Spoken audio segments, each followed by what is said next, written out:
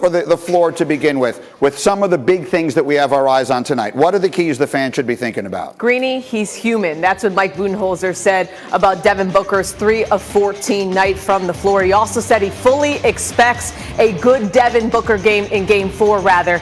And Book said he has to have a short memory, and he and CP gathered in Chris Paul's hotel room. They went over tape. It's something they do in Phoenix because they live on the same street together. And really, DeAndre Ayton said it's pretty scary, his demeanor heading into this game. Now, a scary thing for the Suns is Ayton off the floor. And he said he was frustrated by the foul trouble he had in Game 3. And he said it's not going to change his aggression in Game 4. Monty Williams, though, said he doesn't really know how to advise him how to get out of foul trouble if guys are running into him. He says that he needs to not brace contact, rather, because that's how he gets into foul trouble. As far as the overall game plan against Giannis, cue Stan Van Gundy. They're trying to build a freaking wall because it's like facing a running back coming down at them. Giannis said that he takes the Giannis wall as a compliment, and here's what he has to say about their defensive plan against him going forward. Once I started seeing the wall 2 years ago, now it's about, trust. And it's kind of hard, because you want to be effective, you want to get downhill. Then you take it personal. A team that's building a wall of 3 people and 2 guys behind or whatever the case might be and trying to stop you, now you have to not take it personal and make the right play, find the right guy. But I will always a capable passer before the wall is created. Which is funny that there's a defense out there called the Giannis wall. It's funny to me, so it's crazy. All right, so we had the Jordan rules, and now we have the Giannis wall, Cass, which is an interesting point. And there's the man who's going to explain to us exactly what it means. Vince Carter getting up with us earlier here. So when you hear that, Giannis, they're building a wall against him defensively. He's had 40 points in each of the last 2 games. What's the key for him tonight? Well, first of all, Greeny, Cassidy, I got to say this. Giannis needs to know that wall has been there for a while.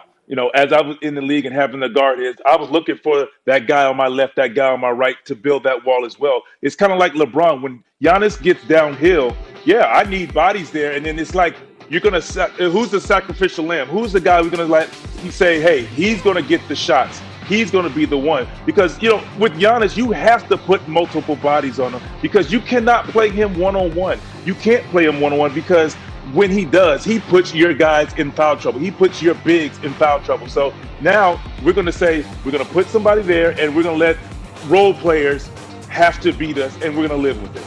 Yeah, and we'll see if those, and again, the role players in this case could be Chris Middleton and Drew Holiday. So these are all-star caliber players. Well, Greeny, I'm talking about more like a Pat Connaughton. Yeah. You somebody like that. You PJ Tucker. You want those guys who aren't used to being the go-to guys. Those are the guys we're saying, hey, when we double or when we build that wall, we close out a little slower to those guys because we don't want Giannis to get in our paint. And Giannis said something about, you just say it's been around for a while. He said he's been seeing it for now 2 years. And at first, like he said, he took it personally, but now he feels good about it because he feels good about his playmaking and trusting his teammates. And you said something to us in our meeting this morning also that Giannis said about playing through his weaknesses. Yes. What is that? We had this conversation, obviously, on Monday about, once Giannis realizes he should play more like Shaq than Kobe, then his superpowers will be unleashed. Well, he was asked about it, not specifically that reference, but more about focusing his game.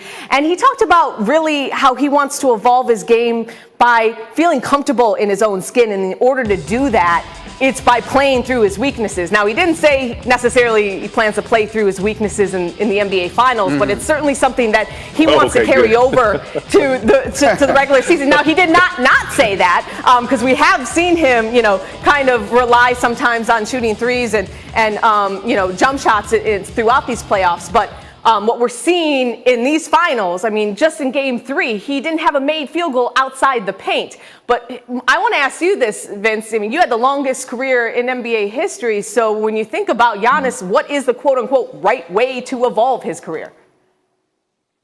Well, you put your work in the summer for sure. And at some point, you have to see where you are, where that jump shot is. But I'm not telling him to to use or work on that in the finals because he wants to win the finals. Clearly, what works, stick to what works right now. Giannis getting downhill, getting into the paint. That's what works for him and the Bucks. Now, on occasions when he's rolling, we see against the Hawks, he was rolling, and then occasionally you shoot that three when you're up a little bit because those are times when you can kind of see where you are with the jump shot. But right now, if they're gonna back up in the paint or build a wall, you get as deep as possible, get to the paint. But eventually, he's gonna have to continue to work on it and then feel comfortable enough where he doesn't think about shooting it. He just shoots the three. Right, but eventually can start in November. Tonight, if you're his teammate, you're saying Absolutely. Get your butt in the paint and leave it there, and we'll see what happens. In the paint. The next thing you know, his arms go up in the air and that is left. So long, though, and nothing you can do with that. In one step. It was on Bridges. It was Mikal Bridges. Okay, the monitor's too far away, and I'm sense. old. My eyes don't see. I wasn't paying. Cassie Hubbard joining us right now in studio. Keyshawn, Alan Hahn in with you here. So I want you, and Cassie, this has become a discussion. So I want you to hear something that Steve Novak, former NBA player, sharpshooter, also does TV now in Milwaukee Novak for the attack, Bucks. yep. Yes, the discount double check. He obviously intimate knowledge of what's going on with Milwaukee, but also with Giannis. And this is the setup is I know there's been sort of this discussion over the last couple of days, and it's something I just needed to know. Why, when Dame Lillard has a logo three, you go on social media and it's just every blue check NBA player is just fawning about the shot. Steph Curry has like a big third quarter, knocks down like 6 or 7 threes in the quarter. Everybody's just going nuts. Giannis goes back-to-back 40-point games in the finals. Crickets. There's really no... You mean on social media? Yeah, I mean players. Players. I'm not talking about fans now. I'm talking about players. Just players, current, superstar. former, whatever it is. Players in the especially NBA. the stars of the league. You're just not seeing that same enthusiasm for what he's doing. And I don't think... And I've talked to some current and former players, and it's not a lack of respect for him. It's just this lack of enthusiasm. And some people even said to me, what James Harden said, last year, last year, when they had their February 2020, yeah. They had their little beef. And what he said, he's like, that's how guys feel. So, remember what Harden said was basically... Yeah, he doesn't have any skill. I mean, right. What I do is skill. Like be a point forward and take that 3 steps skill. from that was some skill. So we had Steve Novak on, and like I mentioned, Novak certainly knows some stuff. So here's what Novak said about that whole situation and why Giannis might not be in that, that circle of friends. Take a listen.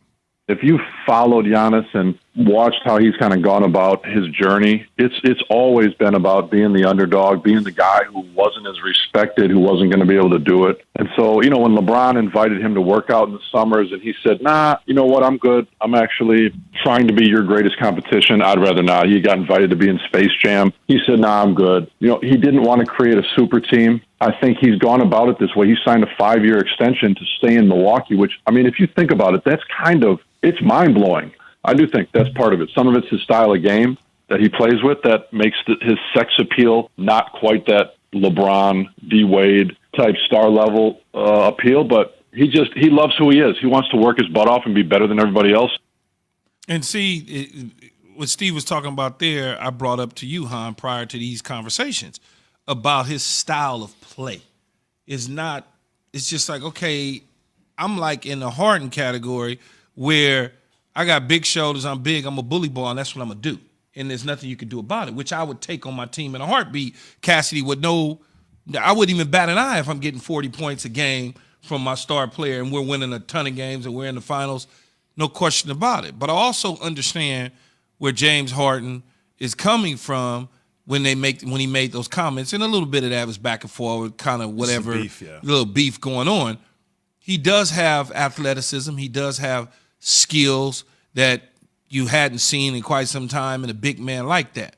But I think when you start to do anything other than the paint, it makes people discredit your skill set in the NBA. He's not a pure shooter. He tries to shoot, and it's like, he misses free throws, and he doesn't play with that finesse, aggression that a Shaq would play with. And then there's that comparison to a Shaq. Like, I watch a highlight, he goes around Crowder, he dunks the ball, but it's like I dunked it opposed to let me break the rim.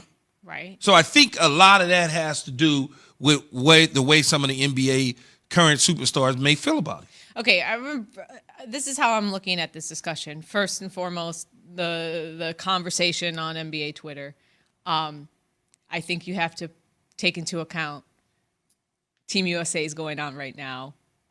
People are not as plugged in as on their phones. I'm not seeing a lot of chatter in general. I'm not seeing a lot of people talking about CP. Not seeing a lot of people talking about Devin Booker as far as, other than John Morant, who seems to be tweeting every 2 seconds. I'm not seeing a lot of conversation from players. I'm sure they're watching, but as far as being active on social media, I mean, LeBron James has Space Jam going on right now. You see a couple, tweets from him about CP being like one more or like 2 more, 3 more, whatever.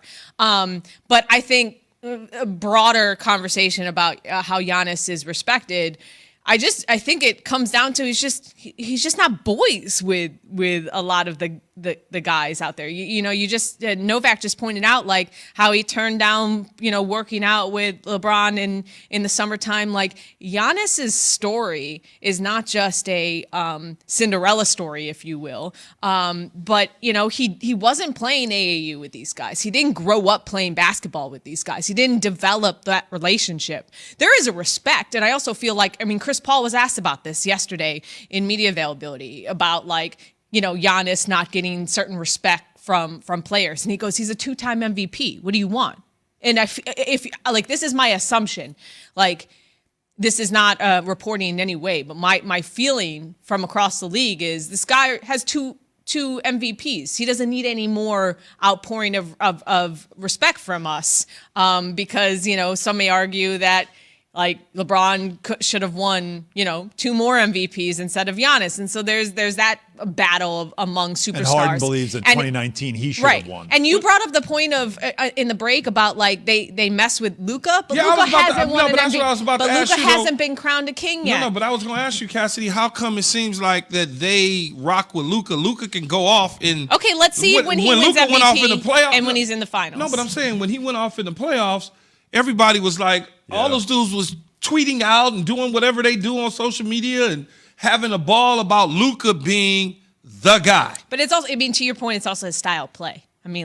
He's lethal out on the perimeter, which is sexy. Yes. That's where I'm going with it. So that's what it's easier to drop your jaw at a step back 3 in today's game than it is to see a back down, punishing. But I guess for me, I'm not a social media guy. I see things with my eyes, and I'm well informed around leagues and people and things of that nature.